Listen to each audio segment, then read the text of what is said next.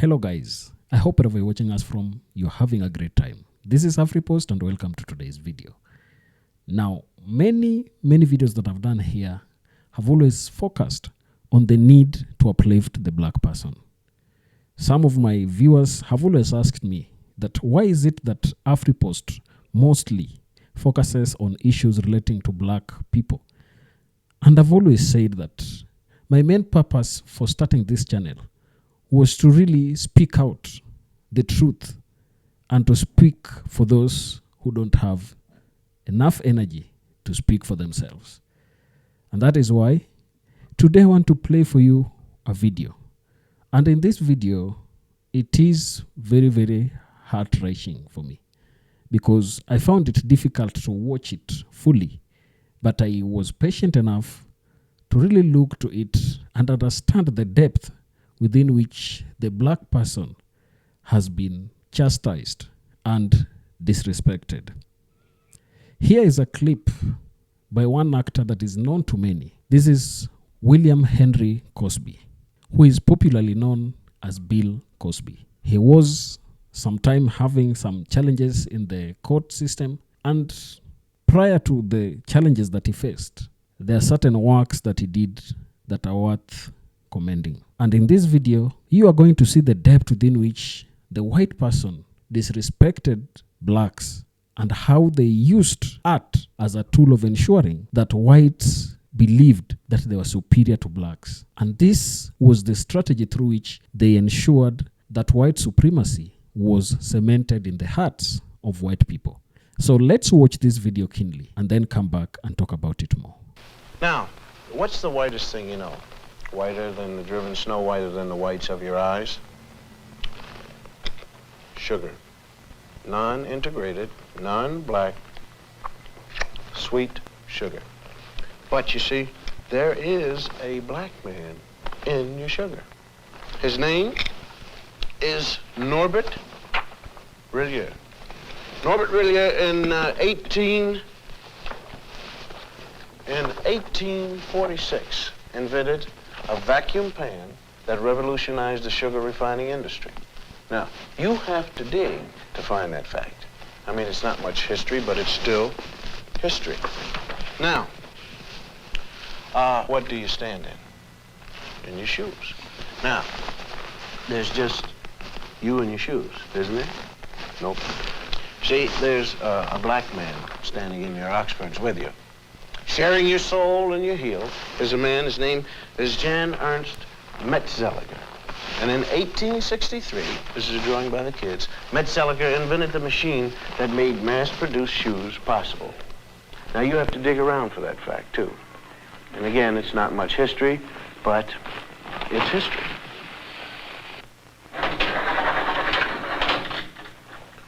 Am I coming in clear to California? I mean, is this TV signal driving through a pass in the Sierra Nevada mountains and slipping into San Francisco? Okay, well, I want to thank you, Jim Beckworth. Jim Beckworth out of St. Louis, hunter, trapper, and honorary chief of the Crow tribe of Indians. We had trouble finding you, Jim. Though you helped open the West, you didn't make the books. Chicago, right here, where the Wrigley building is. Young fellow by the name of Jean-Baptiste de Sable. Jean-Baptiste, he founded Chicago, when he traded with the Indians. And of course, there it is right there at that particular time. It was called Chicago or Stinking Onion by the Indians. And de Sable, he didn't even change the name at all. Now you take the Lewis and Clark expedition here, right in there. You'll find a black man named York helping to open the West. Those men are trying to wash the black out of York. That's what you might call historically significant because a lot of people think we ought to wash white, but we ain't gonna, you see. Texas. Coming to you, Texas, right down the Chisholm Trail, right here. Right down there with 5,000 black cowboys who never made it to the Hollywood Western. Did you know that? Huh? In this same group, there was one black outlaw. His name was Deadwood Dick, who claimed his soul brothers were Bat Masterson, Billy the Kid, and Jesse James. Deadwood Dick used to ride into the saloon, order 2 drinks, one for himself and one for his horse. And here's his horse, drinking a shot of red-eye with a straw? And how about the 186,000 blacks who fought on the Union side during the Civil War? 38,000 died. How about Teddy Roosevelt's charge up San Juan Hill? It wasn't just the Rough Riders who made it. 4 black regiments went right up with Teddy. They didn't get lost going up the hill. They got lost in the history books. How about the North Pole? Snow White? Well, the first man there was black, Matthew Henson. He spoke Eskimo. And he was Admiral Peary's navigator, and although he made it first to the pole, it never quite made it to the history books. And how about your heart? Can we get there? All right. Daniel Hale Williams first performed open heart surgery successfully. Now, this list could go on forever. Blacks who made it, blacks who made history, but who didn't get into the history text at all. And the strange thing is how little there is about us in the textbooks. Napoleon once said history is a fable agreed upon, and the fable agreed upon up to now is that American history is white on white. But sometimes we did get into the history books. All wrong. Now you take this one. The Growth of the American Republic, 1942 edition. Samuel Eliot Morrison, Henry Steele Commager. Quote, as for. This has to do with slavery. As for Sambo, Professor Morrison. Sambo, Professor Commager. As for Sambo, whose wrongs moved the abolitionists to wrath and tears, there is some reason to believe that he suffered less than any other class in the South from its peculiar institution. Peculiar institution means slavery. Although brought to America by force, the incurably optimistic Negro soon became attached to the country and devoted to his white folks. Unquote. Those lines were written by 2 Pulitzer Prize-winning white Northern professors.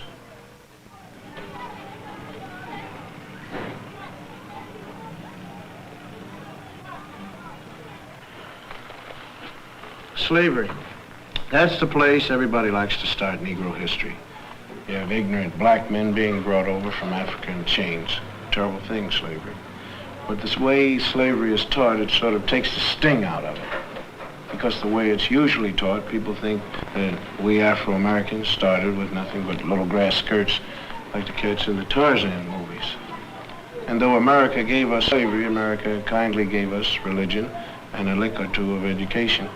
And when we get more jobs and more education, then up from slavery. But we had something before we left Africa, something more than rhythm. I mean, we had a high culture. Culture was so high that great artists in the world are still borrowing from it. Now here's a sculpture by an unknown African artist. And here's what Paul Klee took from him. Now here's a work by an unknown black African, and Pablo Picasso liked what he saw. Another African design, and Modigliani swiped it, or he was influenced by it, or whatever polite word you want to use. Another black African artist, and Picasso didn't change it very much. I mean, when you look at this copying, you got to give us a little more than rhythm. You got to give us style. Now, if you tell the history of slavery right, you got a big problem on your hands. The slave trader didn't take some savage out of Africa. He took a human being. He sold him like an animal and separated him from his family. America invented the cruelest slavery in the history of the world. It broke up black families. After slavery was over, America kept breaking up the black man's family. And that's some awful history to teach. Now, if you want to look history right straight in the eye, you're going to get a black eye. Because it isn't important whether a few black heroes got lost or stolen or strayed in America's history textbooks. What's important is why they got left out. Now, this country has got a psychological history There was a master race, there was a slave race. And though there isn't any political slavery anymore, those same old attitudes have hung around. I mean, the burning part of Burn, Baby Burn is right here in this classroom. We want to thank Mrs. Lovely Billups and the whole gang here at the 4th grade for the brilliant and intelligent artwork that they've done here to make this whole broadcast sing. I want you guys to keep pretending that I'm not here. You're doing a great job, and just keep on drawing and reading and writing, doing what you have to do, because I'm going to talk about some other kids. Not you, Mary, John, and Bob. These are kids from other schools. Did you know in some states it used to be against the law to teach blacks to read or write? Nowadays we're getting these integrated schoolrooms, and most people think that if we get enough teaching and enough jobs, everything is going to take care of itself. But there is a scar of history running right through kids as young as these. It tears you up if you know how to look at drawings kids make, because kids shouldn't know much about history and anything about discrimination. I mean, nobody hates little black kids, but why do some of them cause so much trouble? And if you ask black and white children to draw themselves, or trees, or houses, some strange things happen. We asked some ordinary white kids from ordinary families to make some drawings for us. Like, well, let's call him John. John's white, and we asked him to draw himself. This is John. This is his house, and this is his tree. Then we asked a black kid, let's call him Ralph, to do the same thing. This is Ralph's drawing of himself. This is his tree. Now, why should two kids of the same age draw so differently? Enter the expert. This is Dr. Emmanuel Hammer, psychiatrist specializing in children's therapy. Well, let me illustrate it for you. Let's take these drawings.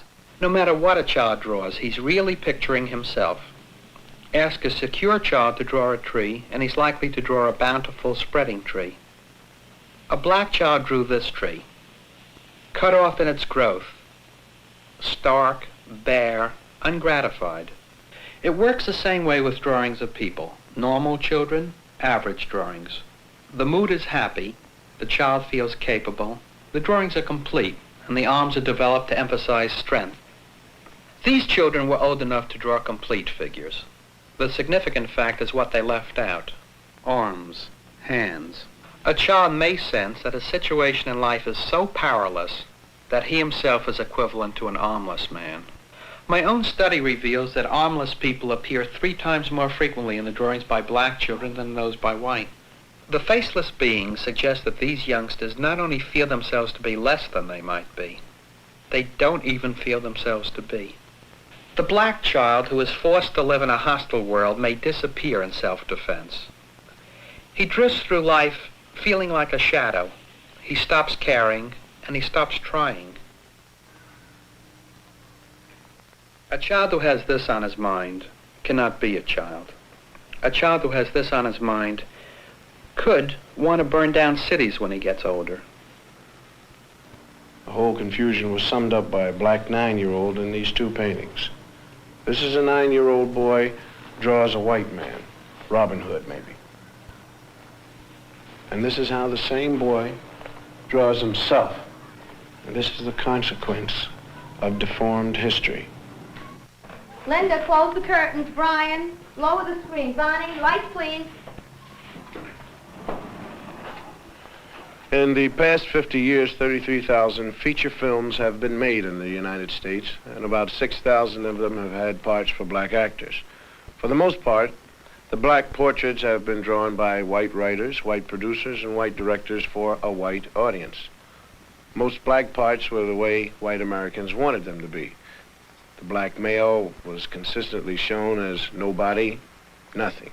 He had no qualities that could be admired by any man, or more particularly, any woman. When the sun goes down, the tide goes down, the dark gather round and they all begin to shout, hey, hey, Uncle Dud didn't feed the... White people didn't like to think much about them, sort of like a relative you got in a rest home. I mean, happy darkies, dancing and singing was all they wanted to hear about. Being good Christians, the whites out front liked to think the blacks out back were kind of happy.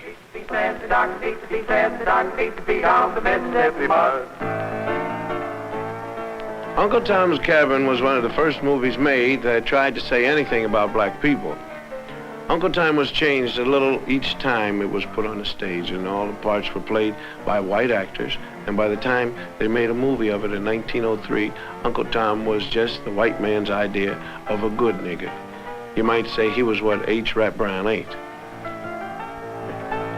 They made this picture 5 times, and by the time they finished with it, Mickey Rooney could have played Uncle Tom.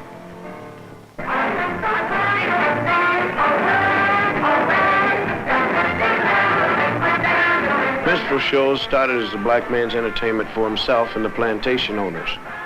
When they were filmed, though, they were done by a white cast. You figure that out. They were done as sort of a joke, and the black entertainer couldn't even get a job making fun of himself. The first really vicious anti-Negro film was called The Birth of a Nation, and it was a honey. And the second worst thing about it was that technically in 1918 it was the best movie that had ever been made. A cat named D.W. Griffith produced it, and he knew how. See? Birth of a Nation pretended to tell the story of the Civil War and what happened afterwards when the slaves were freed. A white woman couldn't walk on her own sidewalk, if you believe the picture.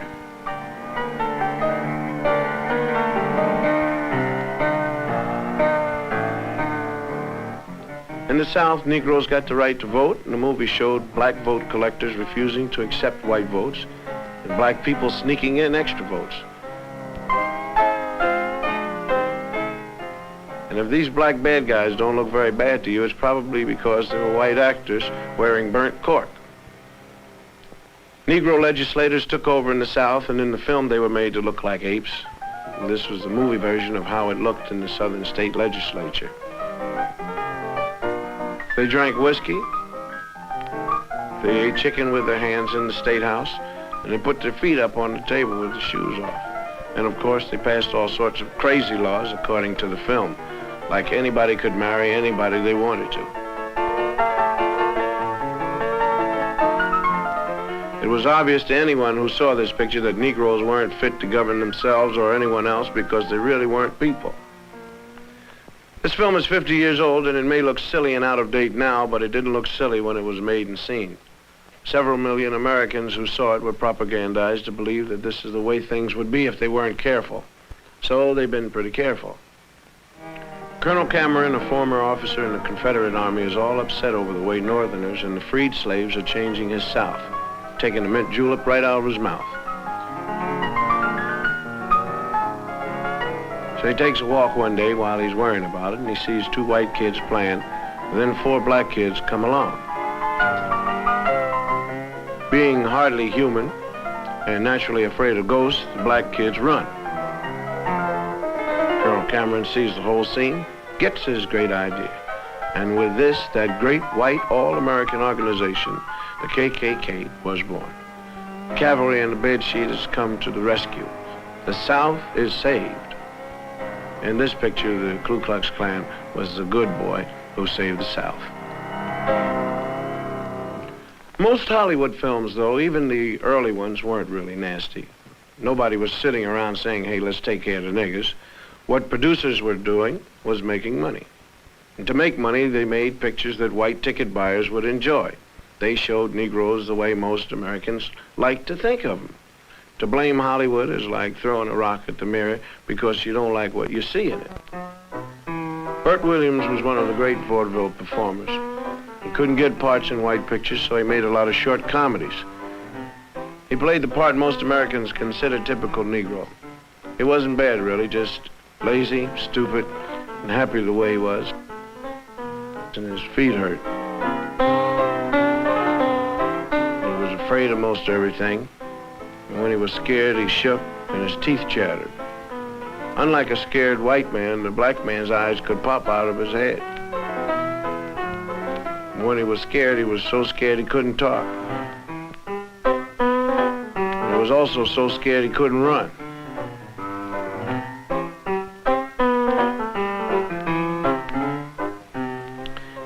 Black women, on the other hand, were steady and imperturbable.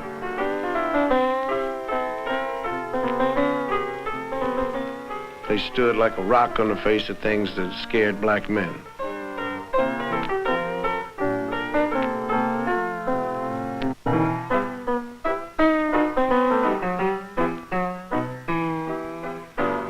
Another strange physical characteristic was when they were really very scared, the guys turned white.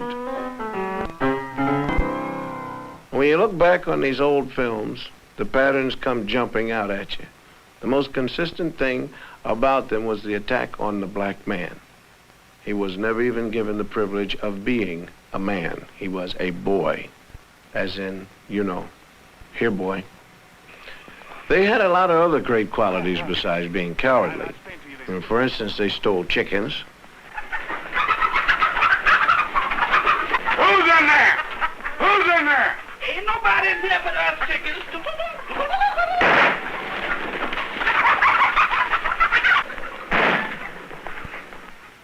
They shot craps. Dice, your papa talking to you now, Dice. Come on. Just hit them one more time.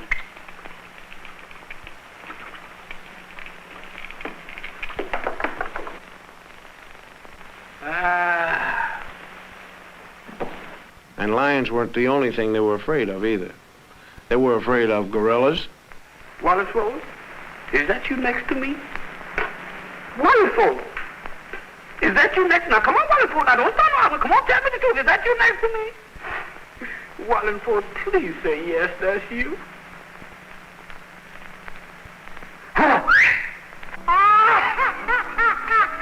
They were also afraid of ghosts and skeletons. Jeff,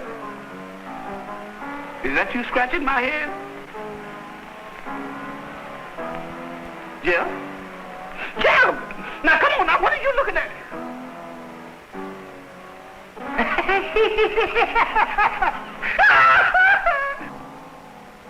What's your hurry, boys? Even when they were little boys, they had these characteristics. Farida in our gang was the boy.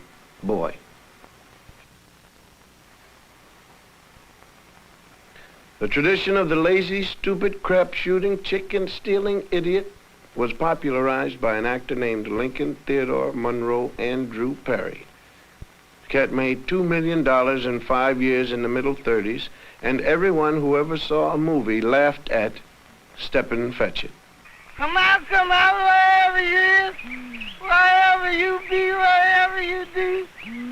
Come out, wherever you am. How's the government looking for you? Where you going, stranger? You scare somebody stiff like that. I'm looking for hillbillies as you are.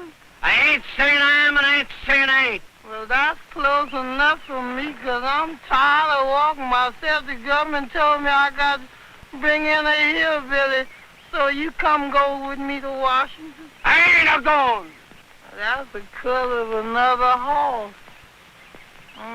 Well, I tell you, you don't go for me.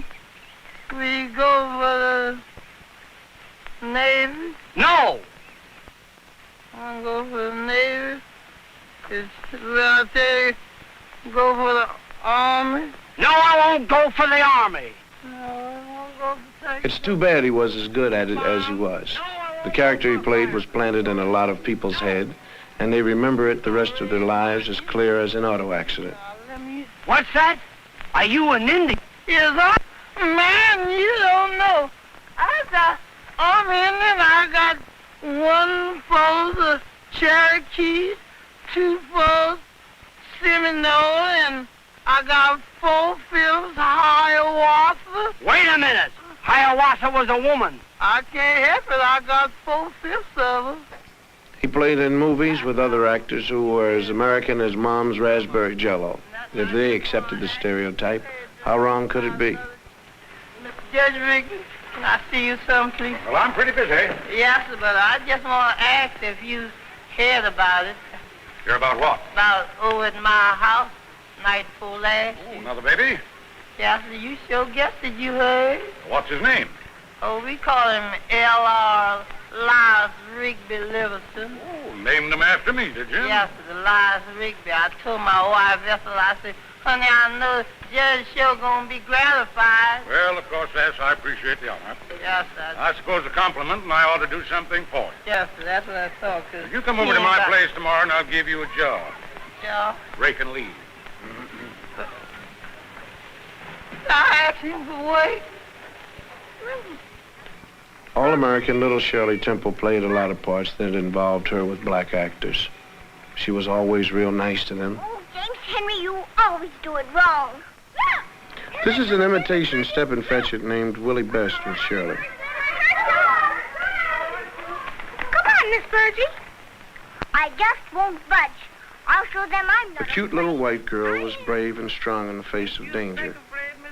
And the big black man was stupid and cowardly. What are you afraid of them for? Oh, honey child, them Yankees is mighty powerful. They can even change the weather. Yes? Whenever they come around, I never know whether it's winter or summer. I'm shivering and sweating at the same time. James Henry, serve these cookies to Master Harold and wipe his chin. Yes, ma'am, Miss Bird. She was good to them and they were good to her. Sort of a master and pet relationship. How would you like to see Uncle Billy dance? All right, James Henry, let's get going, son.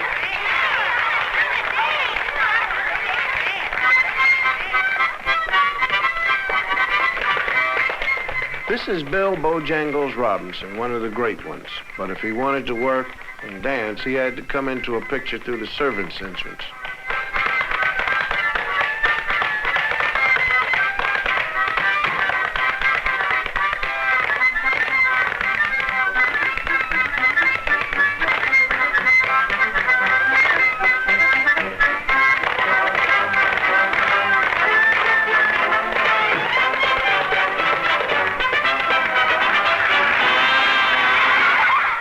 Shirley was good to children, too. They loved their little mistress, and she treated them real good. Hello, Sally Ann. Just like they were equals. Go on now, Sally Ann. Miss Virgie, please, ma'am. We all done come here to wish him many happy returns. That's it, many happy returns of the day. And we all done made you $1. Here it is. Miss Virgie, there was more I had to say, but Emmy, I forgot it. Don't you worry. This is the very nicest present I got. Thank you ever so much. Yes, indeed, children. It was very thoughtful and sweet. Come now, dear. I'll see you later. Say wait. Oh, we'll be waiting. I suppose it might have surprised a lot of Hollywood producers to know a scene like that could actually make a lot of people, mostly black, sick to their stomach. This is a lot of fun, isn't it? The newsreels that were shown along with feature films knew a good thing when they saw one. They helped keep all the black cats in their place. Nobody black ever did anything very newsy in a newsreel.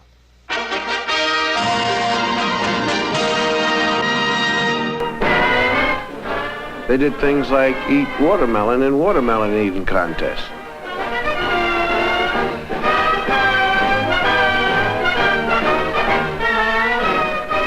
Then another favorite for the newsreel cameraman was to film people throwing things at them. Good sport. Some college football publicity man decided this was a good idea. And there were a lot of very funny golf pictures. If you weren't black, they were funny, I guess.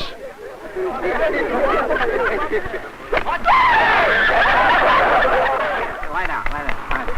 Just right out of your mouth. Don't miss, boss, don't miss. Well, you keep still, see? Otherwise, you'll have flowers in your room and you won't smell them. Oh, boy. Oh, wait, hey. Everything suggested the black man was nothing.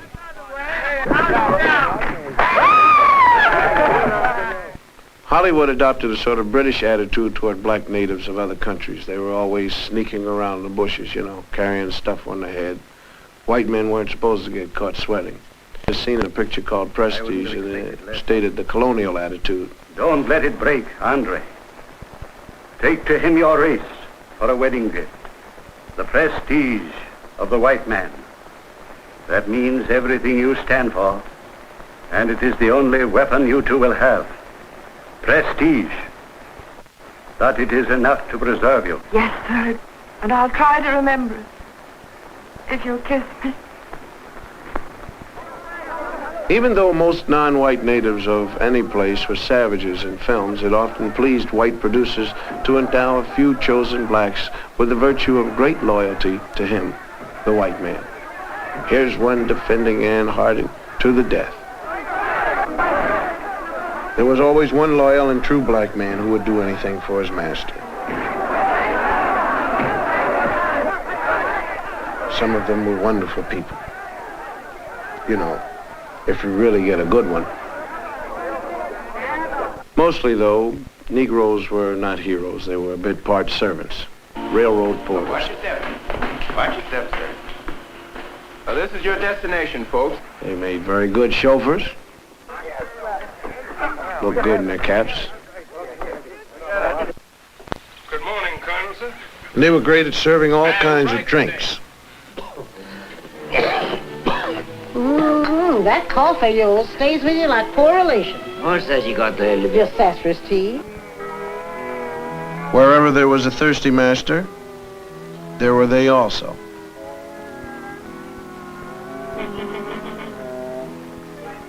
Mom, Beck.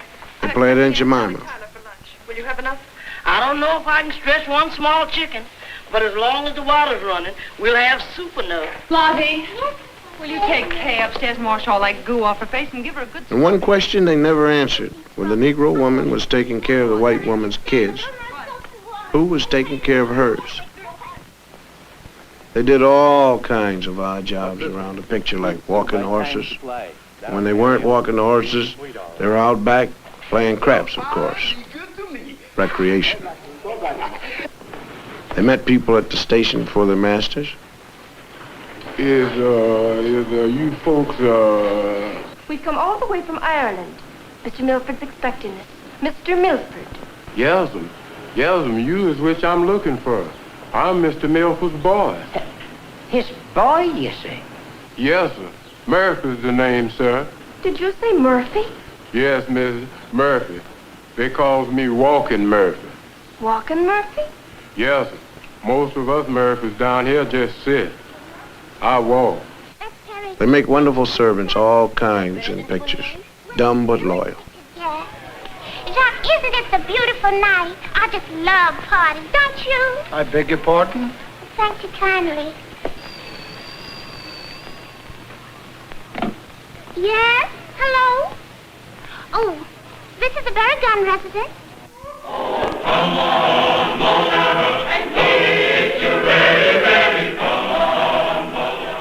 And things were getting pretty tough during the 30s. And a good thing for a lot of black actors was that they made a movie called The Green Pastures with, like they say, a cast of thousands. It gave a lot of people work, but it had all the old stereotyped characters. It was clever and funny and all black. But it was a white man's picture.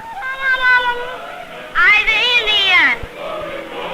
Henry, you sure got the prettiest wings. Oh, they just my old ones.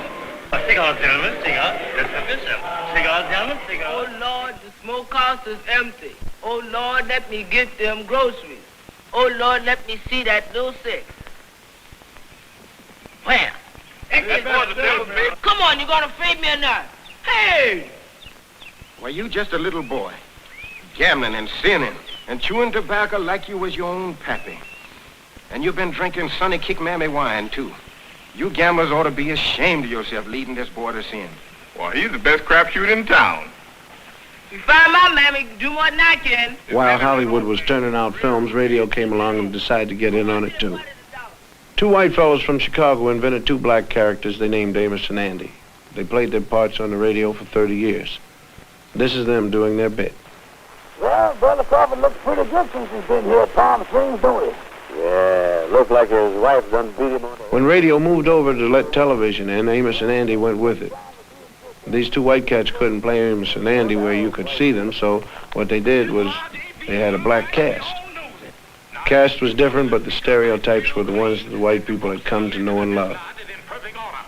They were shady characters with money. Well, I got the books right here, and they're open to each and every brother complete inspection. Get your hands off of that thing there. So you want to see the financial books, huh? Yeah. Well, there he is. There he is. You done see them. The meeting's adjourned. They were still slow and lazy. Are you sure they are not here? Oh, yes, they told me so themselves. Have them report to our office right away. I sure tell them, all right. I got to see. They had trouble with the English language. Misused words a lot. And Mr. Brown, my new secretary here, ain't gonna have no time for no extracurricular activities. And I'm telling you now, as long as you have that secretary in your office, I'm going to work as a secretary myself. Oh, give me an ultimatum, huh? I'm putting my foot down. They had trouble with women. And it was always the women who were dominant. Come on, Herman. Mostly black actors aren't playing the old stereotypes anymore. There are people who say they're playing a new stereotype. Sidney Poitier is always helping some little old ladies across the street, whether they want to go or not. The black people in this country got a bum deal for a long while, and it won't hurt much if we see a little of that now and then. Stanley Kramer has let us use some scenes from Guess Who's Coming to Dinner. You look at these and remember Birth of a Nation. This is the opening scene when Catherine Hutton is bringing Sidney home for the first time. This is Dr. Prentice. John, Miss Matilda Binks. Pleased to meet you, Miss Binks. I've certainly heard a great deal about you. Katharine Hepburn and Spencer Tracy are the girl's parents. Thank God he's right. She's 23 years old, and the way she is just exactly the way we brought her up to be. We answered her questions. She listened to our answers. We told her it was wrong to believe that the white people were somehow essentially superior to the black people, or the brown or the red or the yellow ones, for that matter. People who thought that way were wrong to think that way. Sometimes hateful, usually stupid, but always, always wrong. That's what we said. And when we said it, we did not add, but don't ever fall in love with a colored man. Sidney tells it like it is to his old man. You and your whole lousy generation believes the way it was for you is the way it's got to be. And not until your whole generation has lain down and died will the dead weight of you be off our backs. You understand? You've got to get off my back.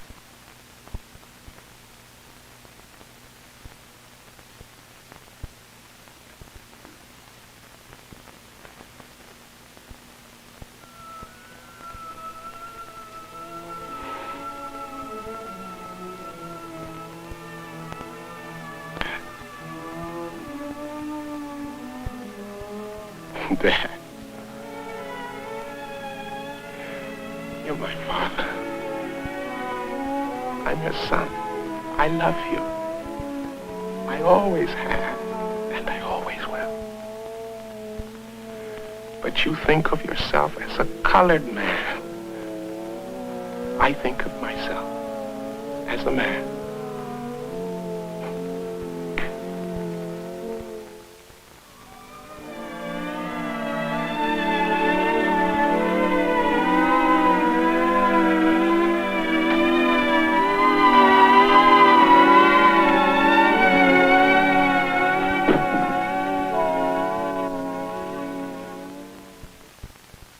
By the time the world of movies and the world of education get into the streets of black America, some strange things happen.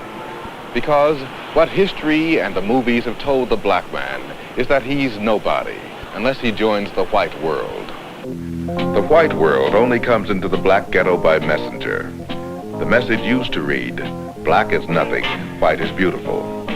For this reason, a lot of black people have spent their lives trying to be white. For instance, hair. Some people still call straight hair good hair because it looks like white hair. Kinky hair is bad hair. The man on the right is having his hair cut naturally. The man on the left is having a process. What the barber is doing is applying harsh chemicals to his head so he'll have straight hair like all those movie stars have. It's a painful, long job that costs about $6 and has to be looked after every couple of weeks. These days, many young black men find the whole process demeaning. It's going out of fashion, even in the ghetto.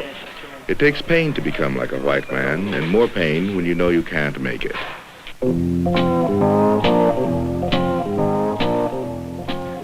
For a while, it seemed to the black community that the way to escape was to get as rich as possible and look as white as possible. And as affluence came to some black people, all the lessons of history and all the lessons of the movie seemed to be succeed on the white man's terms. So, the middle-class Negro took the white man's dreams and tried to make them his. Today, many middle-class Negroes have the education and the money to provide themselves with all the white man's dreams but one: universal social acceptability. He has not yet been able to join in any normal or casual way the white man's affluent society, so he has his own. The white man's attitudes still exclude the black man and the black woman. There's a fallacy in this country that says that any man by his merits can make it. That is not true. Do not believe that. It is not true. Because any man in this society cannot make it. That's where the whole fallacy is. The white man keeps saying to you, if you just stop being black, if you just stop shooting your people on Saturday night, if you just stop talking Negro dialect, if you clean yourself up, get yourself a job, you're going to make it in this society. It's not true. I know for myself, I have a master's degree in social work, and I know that people won't accept me. And I was an honor student, and I know I can make it. They won't accept me. They don't discriminate against me because I'm a Christian. They're discriminating against me because I'm black. The message down here is coming in stronger. It's be yourself, be black. The new generation of black young Americans is asserting itself in a new and possibly disturbing way. Many black Americans are giving up on American society. If you can't wash white, even if you have the money, if you can't wash white because you are basically black, what you do is react, sometimes radically. Here is a measure of the reaction to White is Beautiful. This is a storefront school in Philadelphia. The children are being given a black preparation before they enter the city's schools. They're not especially gifted children, they're just from the neighborhood. One black man named John Churchville put it all there in finance. Right? You understand that? Yeah. All right. A number is a concept of quantity or an amount. That is wrong. No. A number is a concept of quantity or an amount. That is dead wrong. He's not only teaching new math to children whose ages range from 17 months to 5 years, he's decided to give them the emotional armor they need to protect themselves against the education they're sure to receive when they start kindergarten. Anybody tells you something wrong, are you going to do it? No! All right. What do you want, Janelle? I want freedom. When do you want it? I want my freedom now. No, you have to wait till next week, Janelle. You can't have it now. How can you wait till next week? Yes. Okay. Sit down. All right, young man, stand up. When do you want your freedom, young man? I want freedom now. You can wait till next week, though, can't you? No. Michael, you just have to wait till next week. You can't have it now. Are you willing to wait till next week? No. Suppose I said that you have to wait till next week. Now, you're going to wait till next week, aren't you? No. How are you going to get your freedom? I will use any means necessary to get my freedom. Any means necessary? Yes. You know, all right, sit down. Young man, what is your name? My name is Eric Houston. Levante. What is your nationality? My nationality is Afro-American. What is freedom? Freedom is black power. What is black power? Black power is... Do you know what black power is? No. Well, then you should never should never make any statements if you don't know what they mean. I'm sorry, I don't know. All right. How old are you, young man? I am 4 years old. You're not 4, Eric. Now you tell me your right age. How old are you? How old are you? I am 4 years old. Are you sure you're 4? Yes. You're going to let me turn you around and tell you you're some other age? You're 6 years old, Eric. No. I can't hear you, Eric. No. Are you being frightened by me? No. I'm the teacher. I said you're 6. I am 4 years old. All right, then. You stand up for it, then. You shouldn't be weak. You stand up and say it. You ought to scream it in my face if I try to tell you different, right? Yes. Have a seat. Stand up, young man. Are you a Negro, Travis? No. Are you a flunky, Travis? No. What are you? I am black and beautiful. And what else are you? Are you a boy? No. What are you? I'm a man. What kind of man? Black and beautiful man. Well, what kind? Are you an old man or a young man? Young man. Very good. Very good. Are you going to let somebody just make you a boy? No. All right. Suppose I tell you something wrong, Travis. Are you going to do it? Yes. You're going to do something if I tell you when it's wrong? No. Have a seat, young man. Eric, you're going to be reasonable, aren't you? No. Come here. Here you are, fine young man, right? Yes. Are you going to be scared of me? No. Are you going to be scared of some president of the United States? No. Some mayor? No. Some policeman? No. All right. You're a Negro. Yes! You're a Negro, Eric. No. Somebody pass me my stick. I said you're a Negro, boy. No. You're getting mighty soft. You're a Negro. No. Very good. All right, sit down. You, young man, you come here.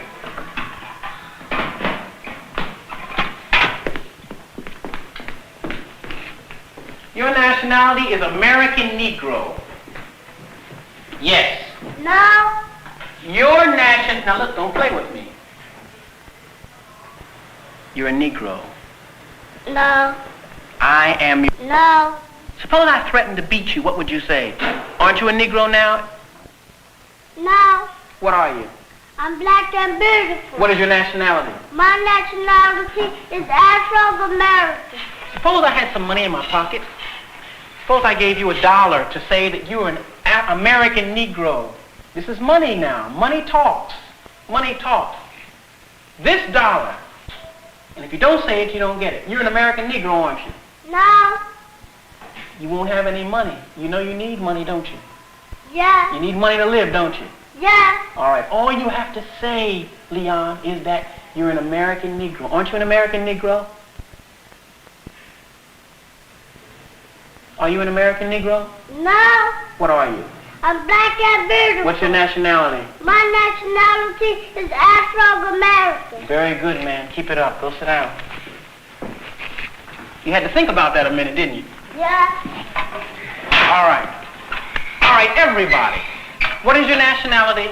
My nationality is Afro-American. Good. All right. What they're going to do to you in different ways when you get out of the school.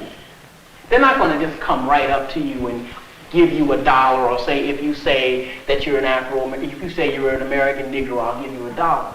But they're going to be very nice to you, some of them, and they're going to try to, get you not to love black people. They're going to try to get you to, be something other than you are. They're going to try to make it seem as though you're different from the masses of black people. And they want you to go away. Now, I'll tell you, I'll give you special things if you just come along with me and do what I say. But you must reject that. Now, you know what that means? That means you're not going to have the money you'd like to have, and money is not important. We need money. We have to buy things with it, but money is not the thing that we're living for. The only thing that makes a person worth living is being a man and being a woman, being strong in character, being straight, telling the truth, and living in the truth and doing the right thing. You understand that? So no matter what happens, I want you all to always tell the what? You may not get the marks you're supposed to get in school. You may be doing the work, but because the teacher doesn't like your attitude, and she'll always tell you, I don't like your attitude. Because you're independent, but you're not going to school for grades. You're going for what? Yeah. All right. And what kind of people is everybody in this room going to be? Tell me the kind of people you're going to be. Black and blue. What else? You're already that. What are you going to be? You're going to be stupid? No. What kind of people are you going to be? Excellent. You're going to be excellent. And what else? Yes, ma'am. Strong. And strong. And what else? And good. And good. And what else? And genius. And a genius. And what else? I'm looking for another word. All of you are geniuses right now, and you'll be better than that. What else? I'm looking for a word that begins with a B. Brilliant. Brilliant. And brilliant really means to shine. And all of you will shine. All of you are really going to be brilliant. Good enough. All right. How does everybody feel now? You ready to get ready for lunch? Yeah! Who's hungry? Well, it's kind of like brainwashing. Or is it? I mean, can you blame us for overcompensating? I mean, when you take the way black history got lost, stolen, or strayed, when you think about the kids drawing themselves without faces, and when you remember the fine actors who had to play baboons to make a buck, I guess you got to give us a sin of pride. Pride. Hubris in the original Greek. It's 300 years we've been in this American melting pot, and we haven't been able to melt in yet. And that's a long wait. Listen, we've been trying all kinds of parts to make the American scene. We've been trying to play it straight and white, but it's been just bit parts. Now, from now on, we're going to play it black and American, because we're proud of both. Hubris. I'm Bill Cosby, and you take care of yourself.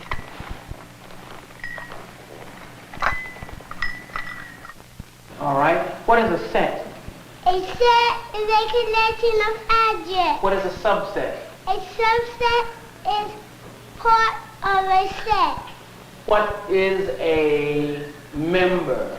A member is one unit of a set. What, in terms of set comparison, does larger mean?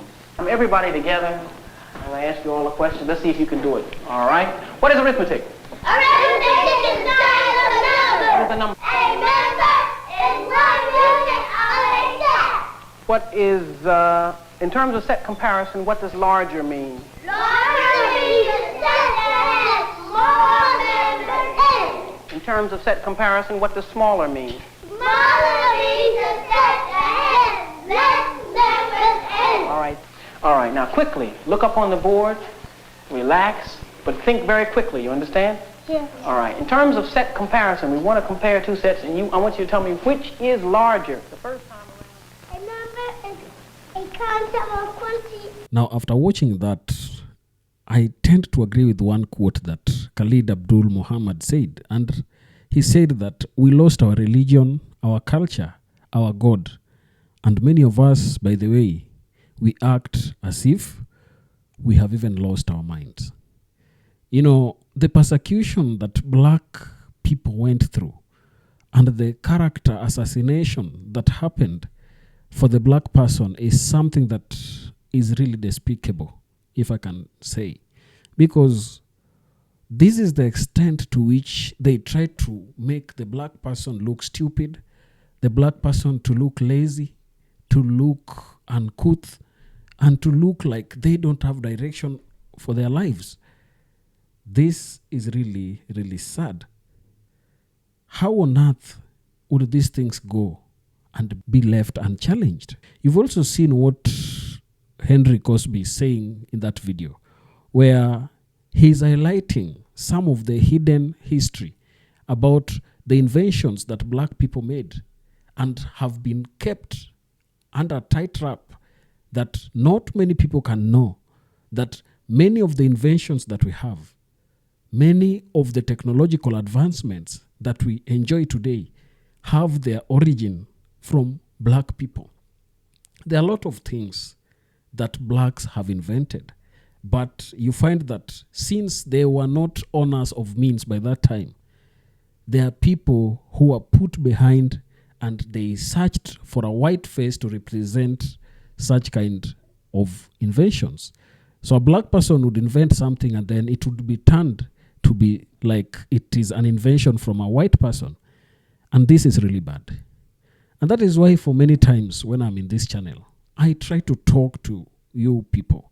And I try to say that regardless of where you are as a black person, be it that you are in Africa, be it that you are in the United States, be it that you are in Europe, be it that you're in the Caribbean, be ready to embrace another black person that you see. Because the kind of character assassination that has been used and funded by the white enterprise cannot really be suppressed by just showing up and claiming that people have equal rights. They took years to really plant this seed within themselves. And that is why, regardless of the efforts made by different governments, you will understand that ending racism has become a serious problem.